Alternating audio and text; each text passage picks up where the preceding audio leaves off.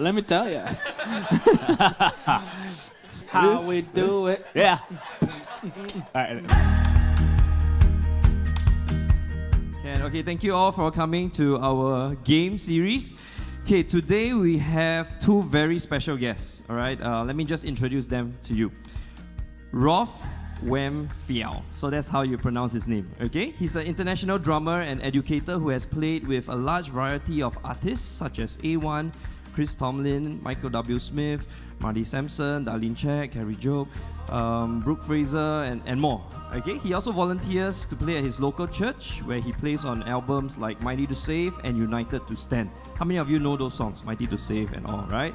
He played on those albums. How cool is that? Okay, he also runs his own drum, web page, and he endorses Yamaha drums and Pasty cymbals. Okay, so that's Rolf. Okay, the second artist that I want to introduce to you, his name is Sean Isaac Tung. He's a Sydney-based session drummer and educator. All right, he has played with people like J.S. Lee. I think we use that a lot in our syllabus, right? The Korean twins, singing Payphone and things like that, right? He's also played for labels such as Sony Music.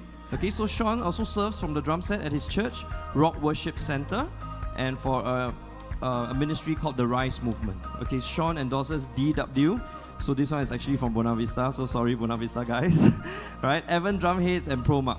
Okay, he's also director and co-founder of the online drumming education website Ready to Drum. I'm sure they will introduce themselves more. But without further ado, let's put our hands together to welcome Rolf and Sean Isaac.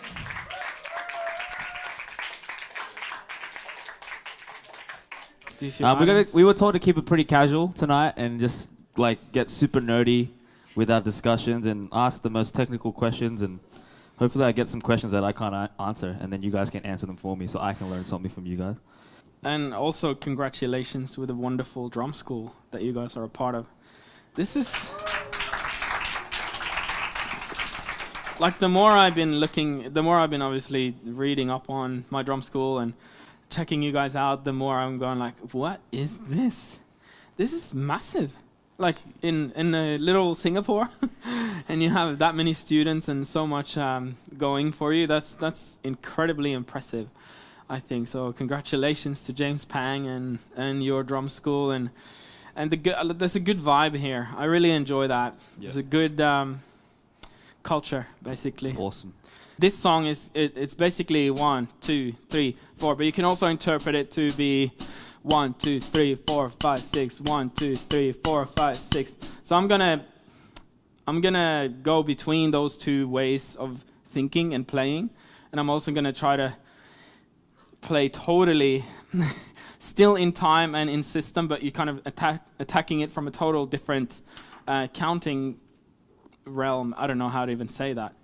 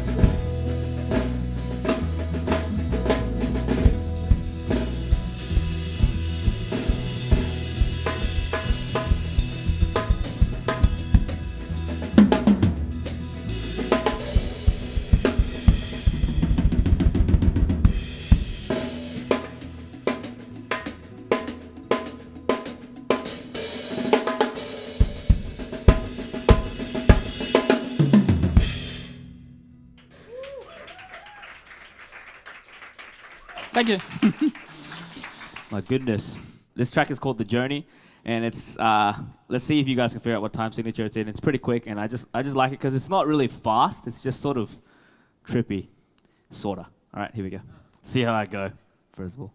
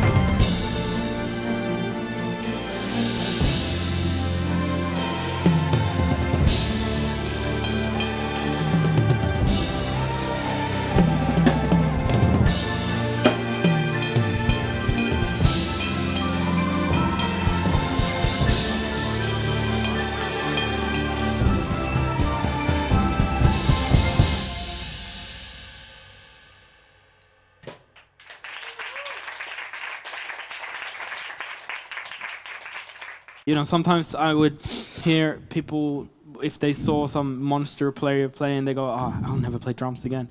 And I'm like, well, that's obviously the wrong reaction. What you need to do is to go, wow, that was super inspiring. It inspired me to look into more, you know, the secrets of drumming. Just don't be intimidated by that. I think it's very easy. Sometimes we put a level on ourselves, like we're here and they're there. And then there's this mystery gap. Like, what? How do I cross this? One of my biggest breakthroughs when I was learning was, like, I got to the point where I was just sick of, like, that division. I was like, you know what? I'm just gonna try it. Like, even if I'm in my own practice room, no one's watching. I might as well just try it. Like, there's no real harm. And then you try it and you break it down. You're like, well, I can do it now. And that's how you actually develop that vocabulary. Yeah, I find joy in sitting, for example, doing something super slow because I know that this is brain programming. I'm programming synapses in my head to react, you know.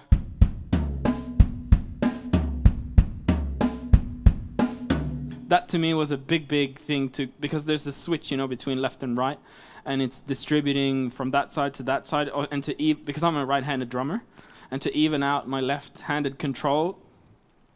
It was really hard in the beginning, but I knew from experience that once you just commit to something and understand the value of doing something, and I call it hyper-analysis. So you're really just like, you're drinking in everything you're doing. You're looking at it, you're analyzing it, and it will mature until you can, you know, it's something you can use as a musical phrasing even.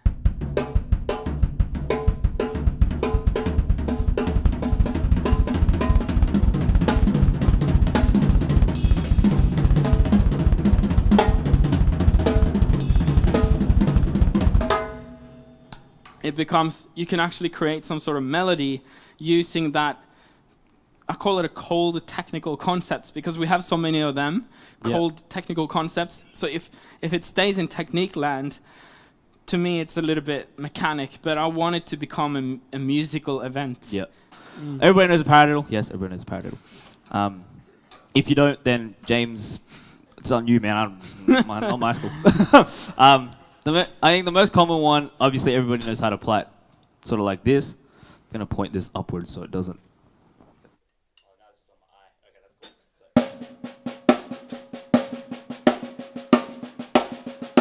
That in itself is a rudiment, right? And then we go, oh, there's a really good exercise to work on your mobility and your gears, which is...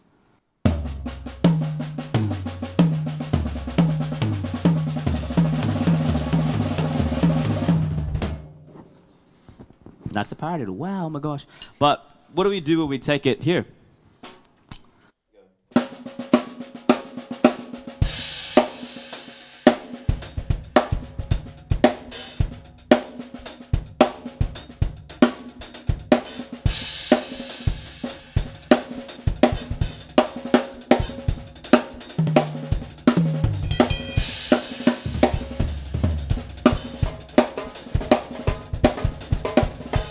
Can I ask, so how do you practice rudiments to the point that you can become like a melody? Like, what's the practice routine like? And how do you blend all these rudiments together to form like a continuous line of melody instead of like, how do you apply it? Yeah. Do you want me to talk into the camera or? Let me tell you. Now that's a really good question, and I can only talk from my own experience because I didn't exactly think I was going to be able to achieve that, but I just kept working on those keys that I just showed you, and sooner or later I was able to execute it, you know, looking at it and playing them in a sequence, and then sooner or later I just learned that that's the starting point, and I'm counting that as 6 tuplets. 1, 2, 3, 4, 1, 2, 3. So I'm just doubling that. Triple it. And then I'm starting going, if I do the 5-1. So you hear the subdivision is actually gearing down 1 to quintuplets. But that doesn't matter. On a snare drum, it's going to sound like a drone, you know. And you could even apply it all in one subdivision. It'll still have melodic application. I think something to consider as well with these are, the way you can look at these is these are like letters or words to a sentence. So asking how, I mean, it's like, how do you create a melody? Well, it's like, where on a piano you have the notes there. If you think about this rudiment as a note, right? For me, when you're talking about being melodic, it's being musical, right? Like being musical, applying, and it's sort of, that's the next step above technique, right? Whenever you're talking about grooving and being musical, and as I said, it needs to be the point where your technique is like this sort of stuff, and how you hit and how you play is second nature. You're not thinking about the rudiment anymore. It's just like, I want this tom to happen now. So I'm gonna play a melody on the snare drum now. I'm gonna see if any of you guys can actually guess what song this is, and then if no one can do that, it's 100% understandable, and I'm gonna start hinting to, what song this might be.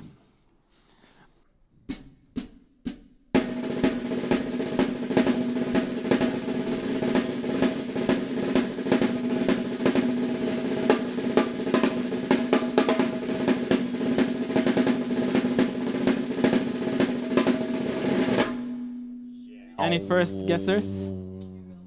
Yeah. Bing. Yeah, exactly. You gave it away. From Star Wars. So I'm just a huge fan of Star Wars. And I'll play it one more time, and now you can actually I'll hear sing it. along with it. Okay, 1, Yeah. 2, 3, 4.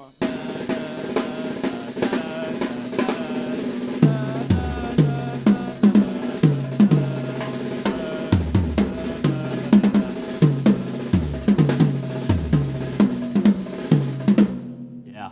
I haven't really put them out on the kit like that before. And that's how that song was written, because Rolfie played that, and they were like, "We're gonna make a song to now." But so obviously they would just play it here on the snare drum. Yeah. But for us modern drummers, we would put accents out, right? But Yeah. there's a next level to this, which is really, really fun. Basically a grouping of 9. This one, which goes.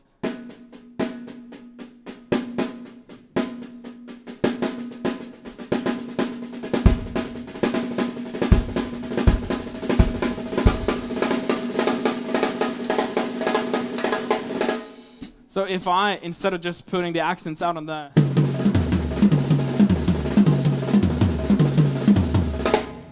I put the accents in on the snare and I go.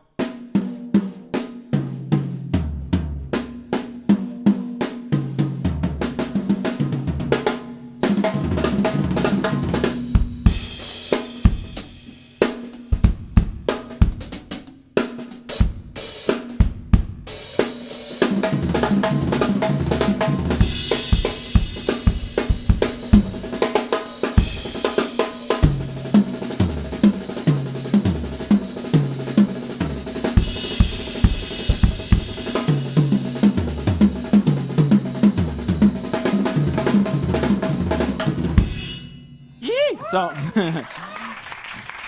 so you see how you can you take these rudimental keys and it becomes a part of your drumming language, and you can surf between different subdivision. Because I did the 9 thing there, and I was saying hello and goodbye to quintuplets, and then into some quarter notes things again. But you meant the 5 grouping one, right? yeah, the 5. Yeah. So it's all, but I don't academically analyze it when I do it, because I've pretty much spent enough time in the practice room to make it instinctually come out. Yeah. Playing the drum into 3 gears, right? So your fingers being your gear 1. So this is gear 1. These are your fingers. Everybody see? It's clear. Gear 2 is your wrist and your elbow. This is gear 3. All right. Each gear has a specific advantage and property. I'm sure we can make these slides available to you guys to look. But with doubles, it's a different technique, right? The approach to playing a double stroke is not the same to playing single strokes. If it is, it shouldn't be. Okay. When I threw the stick on the pad, it didn't just do that. It had energy to bounce away and spin. So why don't we just use that? And that's how we get gear 1 activated, right? So understanding this motion. Now, for me, when I play double strokes, you guys have heard push and pull, right? Yeah, the push and pull technique. I'm sure you guys do it here. But I do it to an insanely OCD level, to the point where you're literally alternating your gear 2 and your gear 1. And there's no overlap. When I say there's no overlap, is that with Gladstone, there are 2 motions, right? There's the push and the pull. Motion 1, motion 2. In motion 1, there shouldn't be any usage of fingers. In motion 2, there shouldn't be any use of wrist unless you're recycling that motion. So motion 1, you see how my fingers are tucked in. As soon as I drop that stick down, the stick comes up, but my fingers stay down, ready for motion 2. Okay, a lot of guys do push and pull like this. And you see how this is different from this? You see, everybody see, I'm just gonna do it like, so like, see how this is different from this? And the reason why, for me, I thought about it. I was like, Okay, my doubles, like, was at a period where my doubles sucked. Like, they just sounded super inconsistent. And they maybe don't sound that good today. I don't know. All right. But how do I get to a point where I'm able to do it for ages? I'm super relaxed and almost lazy and quick. So it really came down to this. When you're doing push and pull, this is the science behind why push and pull is awesome. It's almost like two hands in one. It's almost like one hand is playing with your wrist and one hand's doing fingers. But except you do it with one hand. Okay, that's push and pull. And the reason why that's really awesome is because you're actually changing and alternating the muscle groups you're using in your forearm, or alternating some.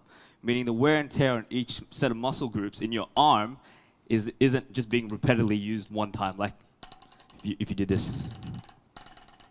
Okay, so the first motion is wrist. And I'm really strict about it. Even if, like, my students, I'm like, even if I see this, I'm like, ah. Because over time, it adds up. So wrist, keep your fingers in. Not this, right? My wrist is down because the stick should have come up by itself. This. A lot of people do the push and pull like this. Or, right? That's cool. And I used to sort of do that sort of deal, or like some people use their whole arm, that kind of thing. Like, you guys probably said, all right? But I Fire always say, extinguisher. when you're playing, I always like to keep it here. That's doubles. Yep. I wish it was singles, but they're not. All right.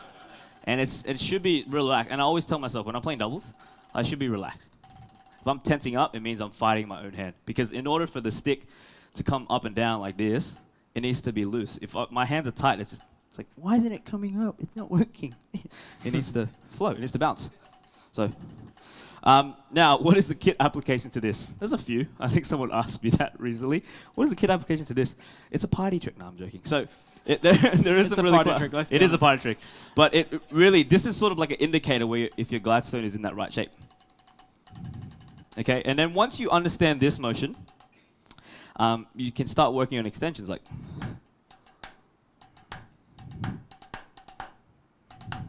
Or just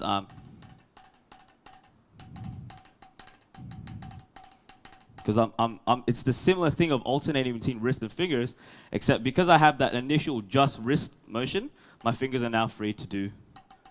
So the slow motion of is that everybody following?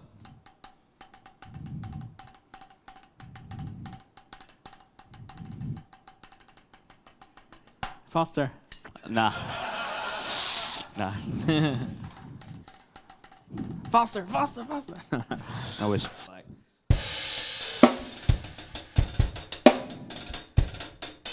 Okay, that's how we do. Now, I like to kind of, for the lols, do trap patterns with one hand, right? Just to see if like, why not? Like, I'm bored, right? So.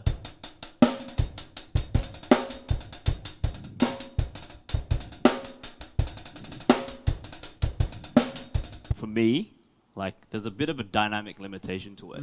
So I can't play that loud that fast. It's probably, it's not, and that's not even that fast yet.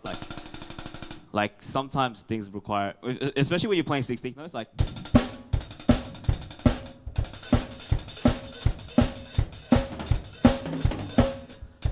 You sort of still want that power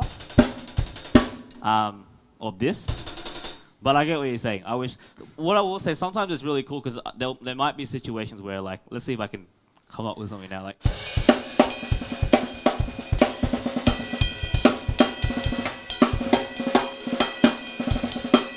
that's how to do. Like,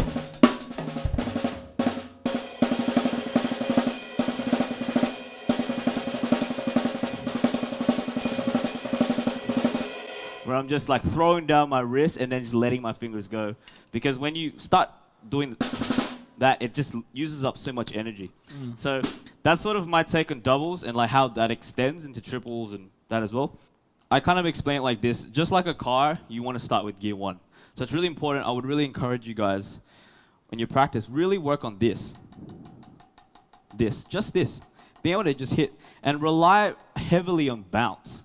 Like, as I said earlier with this demonstration, like the stick jumps up already. Why go through the effort of lifting it up when it does it. Like, that's like taking the stairs when there's an elevator, guys. Come on. The gear 1 is this, all right? Now, the reason why we compound our gears, okay, and we don't just move from one to another. How often have you guys seen, like, guys, when they're playing soft, they might have gear 1 activated, and then when they start wanting to get louder, they start going. And they're using just their wrist.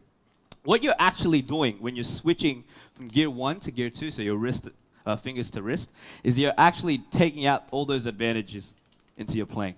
Then you have to go back to them, you have to extend your fingers out again. So that's why I always say it's compound movement. So it's not about going from this to this, it's about going from this to this. You guys see the difference? And you guys probably know this as like bounce strokes, right? Like the classic bounce, it's like bouncing a ball type of thing.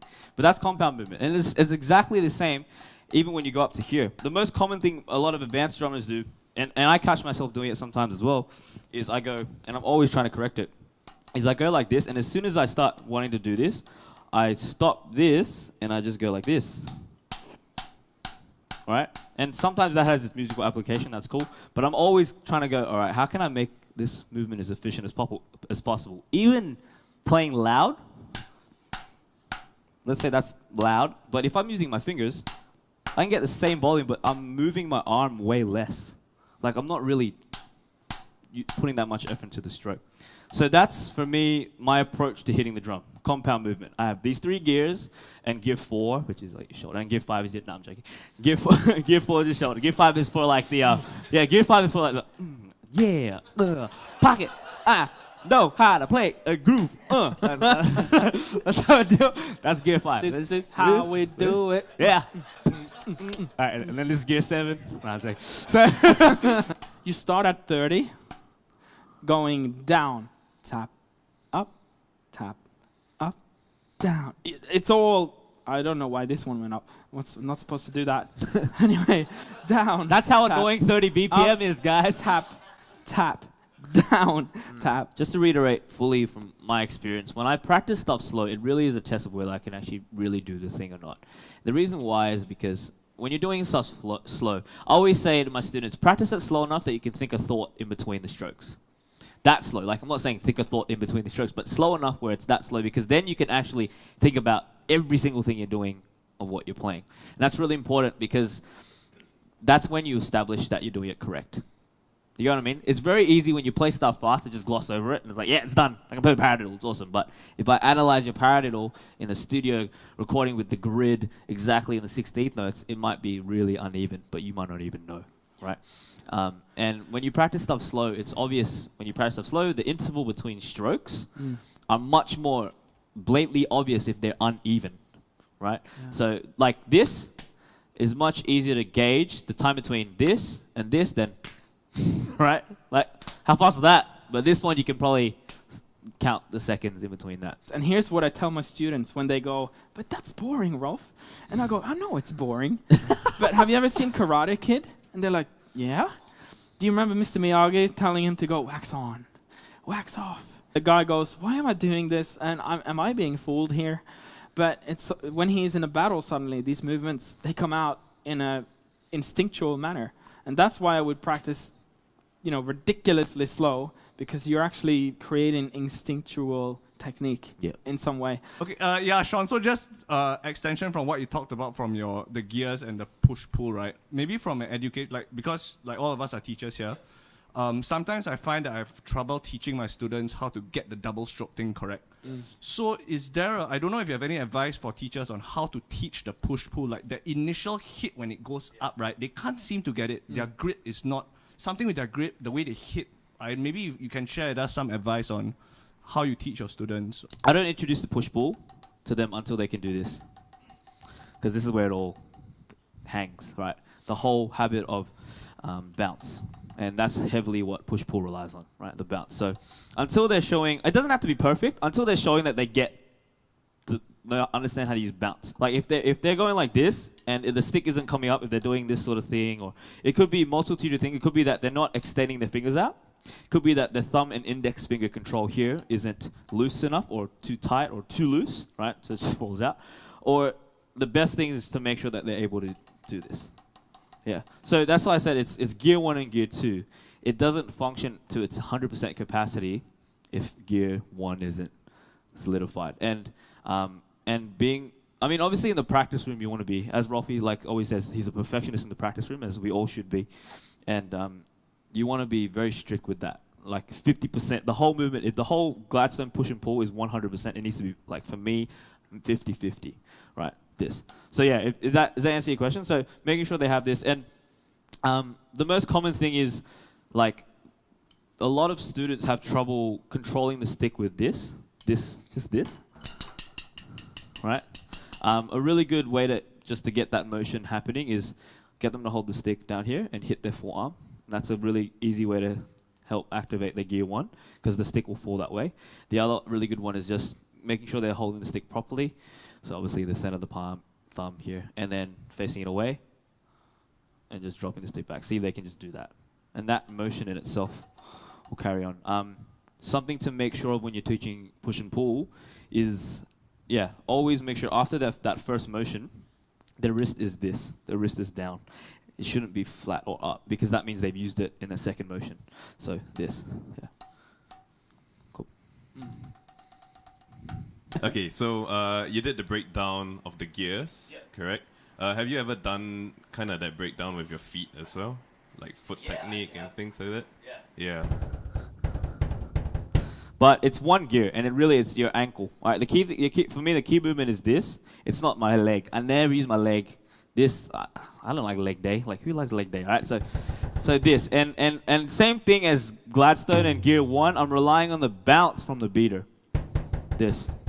Okay, so once you can establish this motion, and the exercises I like to give out for these is,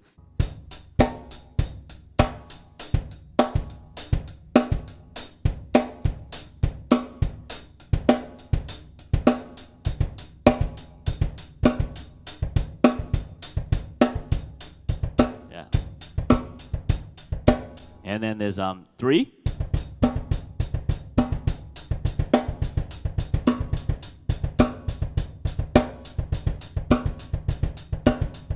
Okay, so that effectively, when I say it's one gear but 2, the second gear kind of kicks in when, depending on where you move on the pedal, because obviously it takes a different amount of strength when you hit here to when you hit here. So that's why for me, when I'm doing doubles, a lot of people do the swivel, because it's like 2 motions in one. That's cool if it works for you. For me, I do both. I swivel and I shift. So I go, I swivel and I slide, and the reason why is because for my first motion, I have more strength because I'm starting it. My second one has to be quick, so that's why I shifted up, because it takes less effort for the beater to meet the head up here when doubles. And the same with triples. It sort of, and then like if I run out of pedal room, I actually just like rely on my endurance and strength I've built from this. Yeah. I imagine there's a hook here, right? At the back of my head that is attached to my spine, and then I lift it up, and then I kind of find that center of gravity, and I put that on the chair so that I'm not leaning on my feet. Yep. Because I want my feet to be totally free to do whatever they need to do. So all my weight is there, so that my feet, and I have heel up, and if I was gonna do it, like I slide like crazy without. Yeah. Do you swivel at all, or is this a slide up? Yeah, if it's church build, like you were talking about. But if I do the,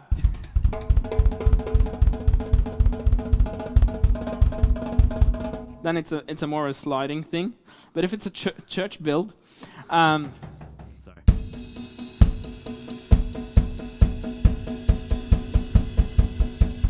see my foot? It's like dancing back and forth. Oh, really? Like this? Yeah.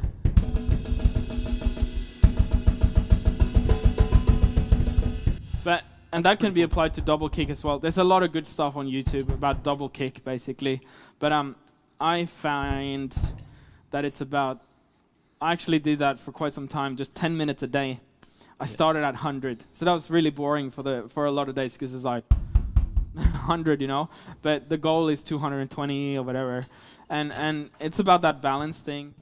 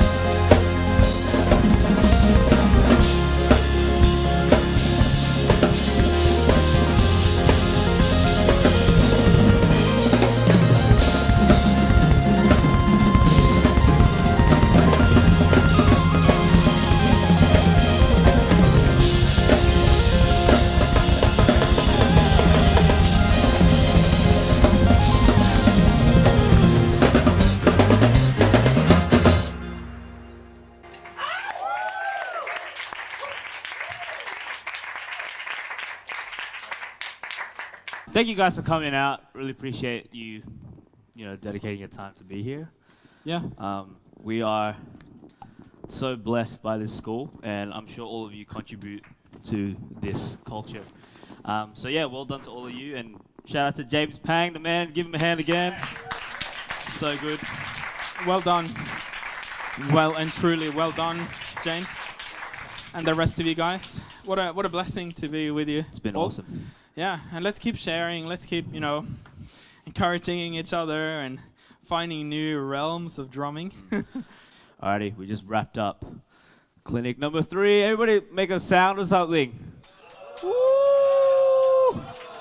That was clinic number 3. That was with all the educators of my drum school. And I'm wearing this thing.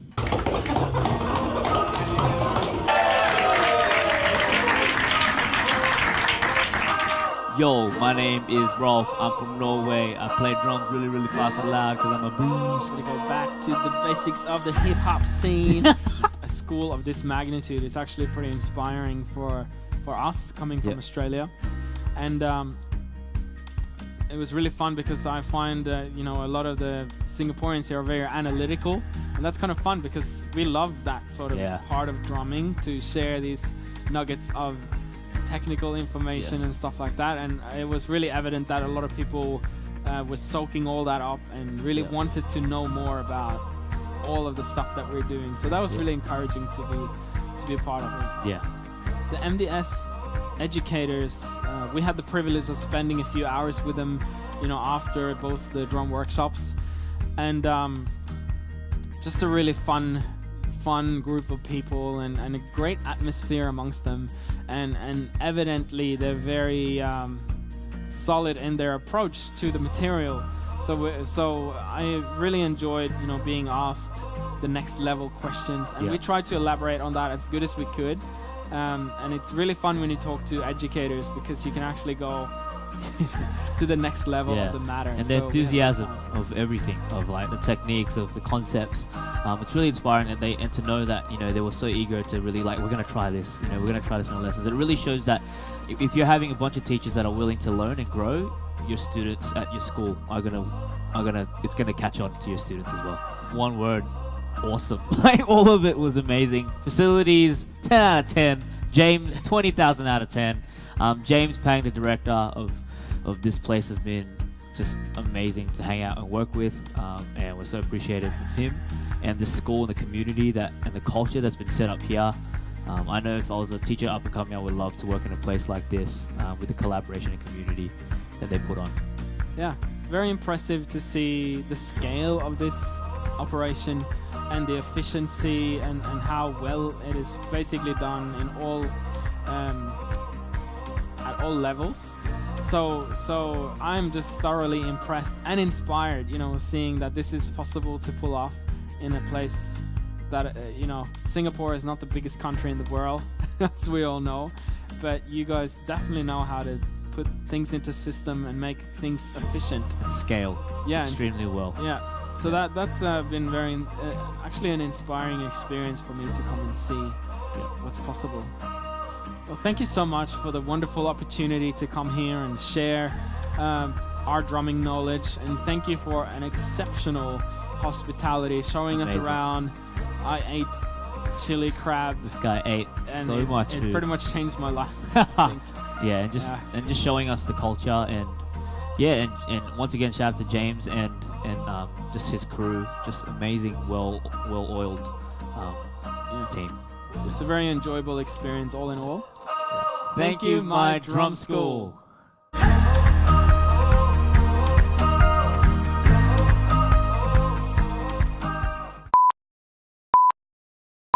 3 gears. My arm movements are 3 gears. Your gear. It's not recording. Start that again. I like to break down my hip. Going down, tap, up, down. It's all. I don't know why this one went up. I'm not supposed to do that. Anyway, down. That's how tap, annoying 30 BPM up, is, guys. tap. Pocket. Know how to play a groove. That's how I do. That's gear 5. This is how we do it. Yeah. Alright, and then this is gear 7. Nah, I'm saying. So I have a question. Give me to the mic, please. I have a question. Do you want me to talk into the camera? Or? No. Let me tell you.